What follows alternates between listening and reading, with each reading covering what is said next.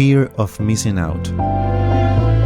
Quizás si escuchas estas palabras en inglés no te digan nada.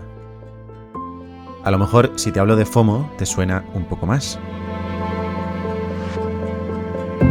Pero si te describo en qué consiste este moderno fenómeno psicológico, es posible que conectes de una forma mucho más directa porque estoy seguro de que lo has experimentado más de una vez. FOMO es el malestar que nos produce el miedo a perdernos algo significativo, emocionante o importante que otras personas sí están experimentando.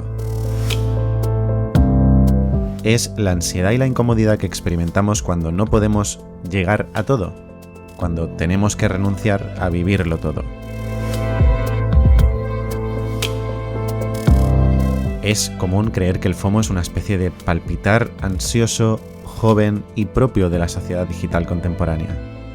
Pero más allá de las redes sociales y la conectividad, se esconde un laberinto de pensamientos y emociones que definen esta experiencia. ¿Sentían FOMO las sociedades del pasado? ¿Por qué algunas personas parecen más propensas a experimentarlo y otras no? ¿Cómo nos podemos liberar del FOMO y vivir alejados de la angustia por perdernos la vida que los demás están viviendo?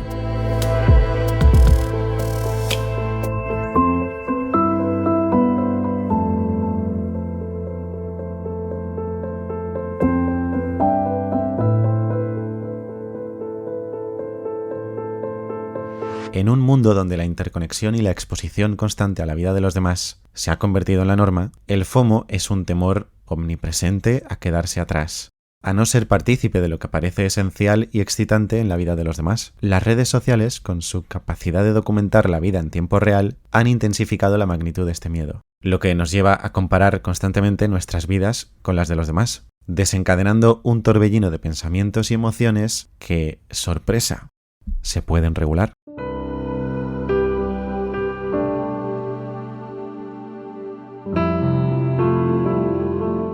La era de la información ha creado una paradoja fascinante. Estamos más conectados que nunca, pero también nos sentimos más desconectados y temerosos de estar fuera del circuito. Cuando nos exponemos de forma tan explícita al relato de la vida de los demás, a esa narración que todos manipulamos y compartimos de la forma más atractiva posible, nos permitimos comparar constantemente nuestras vidas con las de los demás. Y eso inevitablemente conlleva unos costes emocionales. En el centro del FOMO, de tu FOMO, puedes encontrar una serie de pensamientos automáticos y de creencias irracionales que a menudo nos pasan desapercibidos. Es decir, somos más conscientes y tenemos más presente las consecuencias de esos pensamientos que los pensamientos y creencias en sí mismos. Experimentamos con más precisión el malestar que aquello que nos está generando el malestar. Por eso, un ejercicio importantísimo para poder tomar conciencia del FOMO y gestionarlo es desarrollar la capacidad de identificar pensamientos como tengo que estar allí, debería ser parte de esto, o todos los demás lo están haciendo, ¿por qué yo no? Estas creencias irracionales están entrelazadas con la necesidad de validación, con ese miedo a la exclusión social y con ese deseo de pertenecer a un grupo. Todas ellas necesidades naturales y súper válidas, que todos necesitamos satisfacer, obviamente.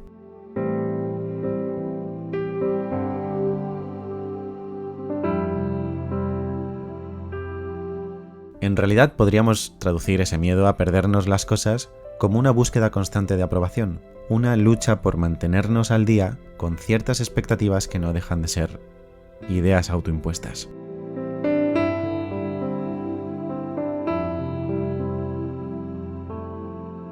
Nadie espera de nosotros que formemos parte de todo más que nosotros mismos. Nadie espera de nosotros que estemos al día de las últimas novedades, que tengamos entradas para el concierto del año o que nos apuntemos a todos los planes más que nosotros mismos. Es muy normal sentir esa necesidad de formar parte de la conversación social y estar al día con la serie de moda o poder tener una opinión formada sobre el tema de actualidad, porque las redes sociales han construido una imagen ficticia que nos hace creer que somos nosotros los únicos que no formamos parte de esa acción colectiva. Pero en realidad es solo una ilusión, una imagen irreal y sobredimensionada por el efecto de las redes.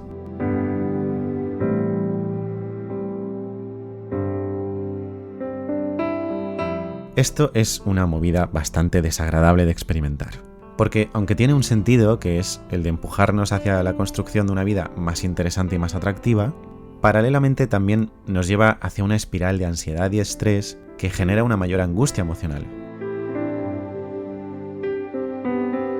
Ya imaginas cómo funciona esto, ¿no? Esos pensamientos irracionales nos hacen sentir que debemos seguir un estándar inalcanzable, en el que la vida, en teoría, debería estar llena de experiencias emocionantes.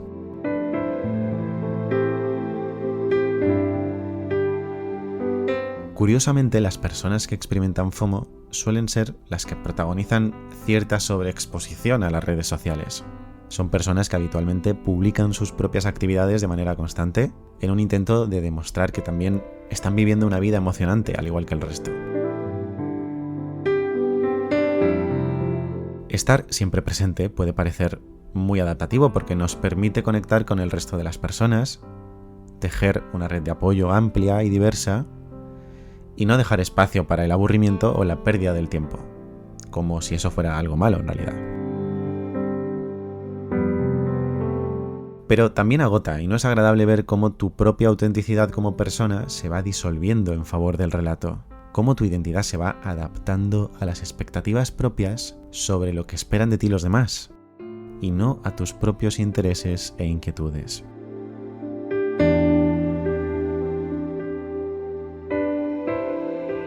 Es habitual ver cómo las personas que experimentan FOMO toman decisiones impulsivas y aceptan planes y propuestas que no desean simplemente porque sienten que no pueden perderse la oportunidad. Esa agonía que arrebata la propia personalidad poco a poco.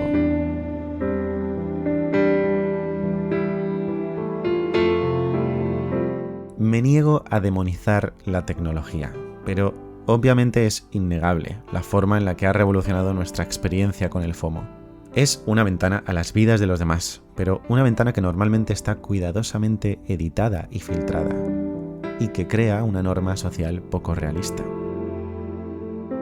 ¿Cómo no se va a ver intensificada nuestra necesidad de validación y pertenencia si estamos siendo testigos constantemente de que otros están siendo el centro de la atención y la aprobación? Somos junkies del aplauso ajeno. Y nosotros también queremos experimentarlo.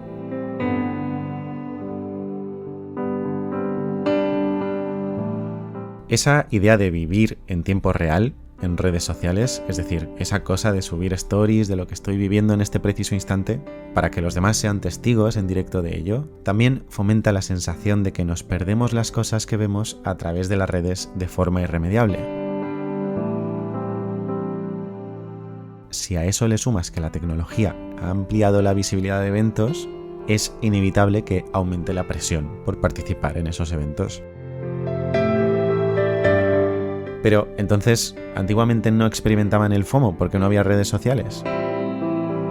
¿La sociedad, por ejemplo, de los años 20 del siglo pasado, no sentía ese miedo a perderse algo? Bueno, seguramente no tanto como ahora. No estaban tan expuestos a analizar la vida de los demás y tampoco contaban con ese matiz de la inmediatez, aunque sí podían experimentar una angustia distinta, más vivida a posteriori, después de conocer con detalle las experiencias y las anécdotas de las personas de su entorno cuando les hacían partícipes de ellas. Aquello quizás se parecía más a la envidia que al miedo. La inmediatez del directo nos recuerda que todavía tenemos margen para poder arreglar nuestra ausencia.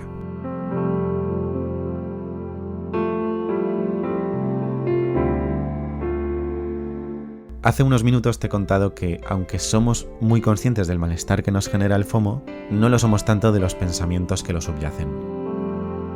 Ahora ya sabes el poder que tienen. Al final son los que van construyendo nuestra propia realidad. Así que parece fácil entender que si queremos gestionar este malestar, debemos empezar por gestionar esos pensamientos traicioneros, que nos hacen creer que no vivimos la vida que deberíamos estar viviendo. Hay que empezar a cuestionar esas creencias que empiezan por debo o tengo que.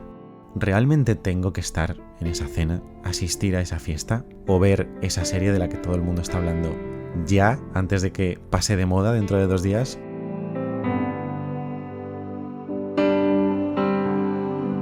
¿Qué pasa si decido no hacerlo?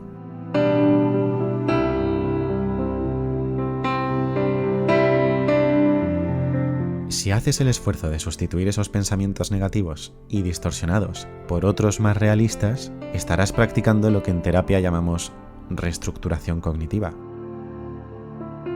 El poder de transformar lo que piensas para que la lectura de tu realidad sea algo más amable. Esa es la parte cognitiva del afrontamiento del problema. Pero también puedes implementar estrategias conductuales como por ejemplo establecer límites en el uso de las redes sociales o tratar de resistir la tentación de participar en actividades solo porque otros lo están haciendo. Pregúntate qué otros intereses y necesidades tienes tú, de manera individual, más allá de esas otras cosas que te dan envidia o de las que tienes temor a perderte. El FOMO puede parecer un enemigo incansable de nuestra paz mental y felicidad. Nos sumerge en un torbellino de ansiedad, nos empuja a compararnos constantemente con los demás. Nos hace cuestionar si estamos viviendo nuestras vidas de la manera correcta.